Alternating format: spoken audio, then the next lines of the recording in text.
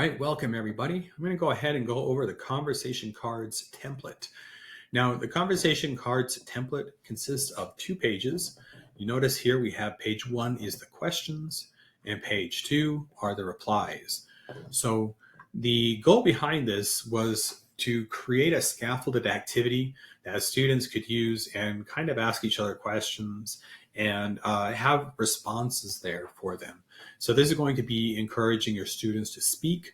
And I do have some questions here that you can change. All you have to do to adjust them, if you want to change them to another language or to change the question altogether, you're going to go ahead and click it, double click it until you see the blue or whichever color, and you go ahead and change everything from the font.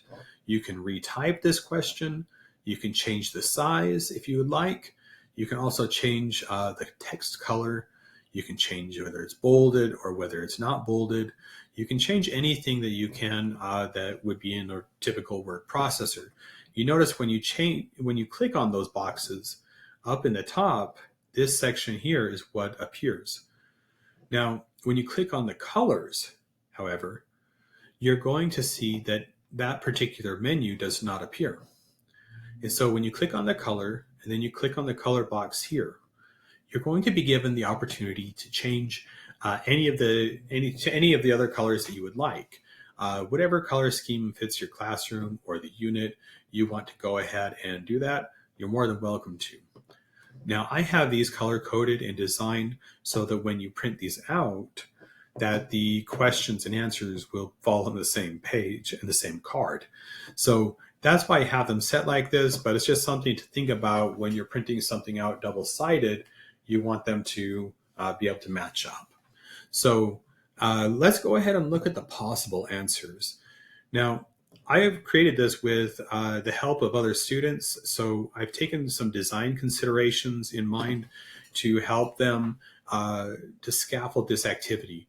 And I'll show you what that means. So the first thing is you want to make sure that you have the word possible answers, just so you're kind of telling the students like, hey, these are just some options that you could say, but you might be able to say some other things. And of course, you use your high frequency structure right here, and you want them to be able to use it. So you could do this one of 2 ways, have this be in real life, or if you teach stories, you might have a selection of questions that might be a little bit more in line with the story as well. So these are some options here, but again, they're possible answers. Sometimes with high school students and some other students, like younger students, they may get a little bit blocked because they kind of know what they want to say, but they may not have that. So by putting the high frequency structure here, it helps them be able to accomplish the task. So the other thing that you'll notice here on the right here, I have the English translation. Okay, and this is because sometimes when you're teaching a unit, maybe you have some adjectives, but then you take some other adjectives that maybe you have to remember again, or that you have to bring back out, and the students may not remember them immediately.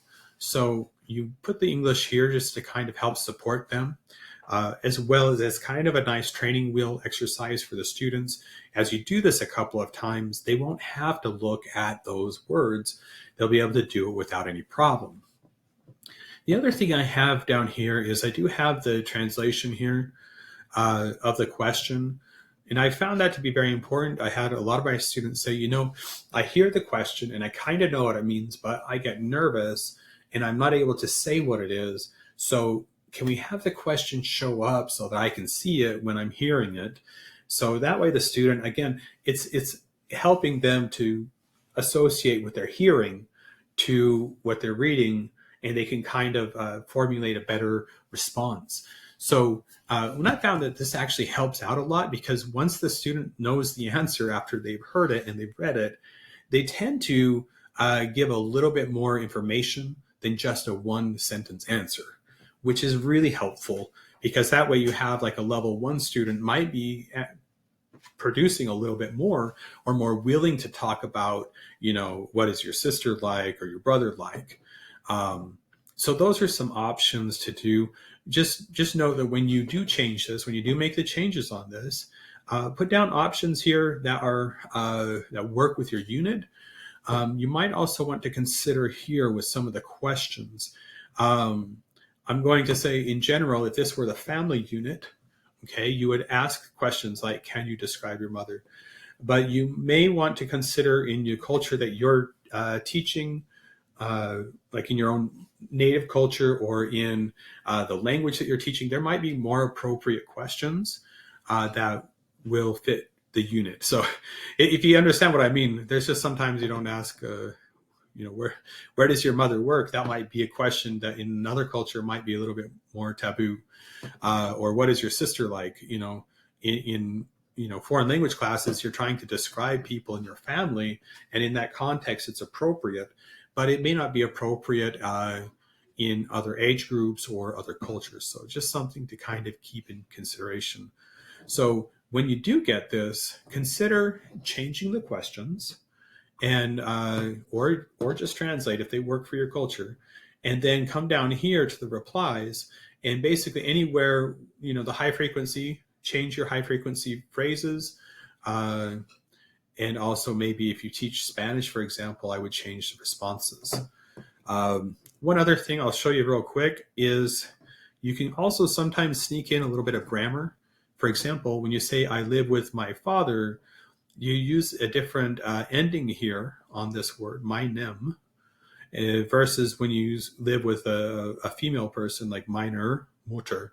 So there are ways to do this. You can kind of do that to highlight. It takes a little bit more time, but it does help the students realize that there is a change that happens before you teach them the explicit grammar instruction.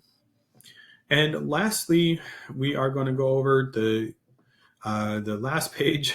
There are some printing instructions here, and it is important that you note that this is to be printed on the short edge. So when it flips, all the cards stay aligned. The answers and the questions are on the same card.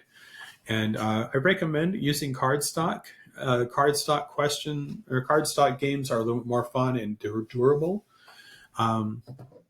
Also, just keep in mind, these are the instructions. You may want to take this and put it on a different page or however you feel, so that the student has access to that information and understands, okay, I hold the card up, I ask a question, and the other person can see the answers, the possible answers, and they can then respond while asking, like having a conversation. So that is it. Hopefully that is helpful. I really like this resource. I've used this one in my class a lot. It's very positive. It doesn't take a whole lot to change, but when you are creating it, generally ask your students things that they would ask.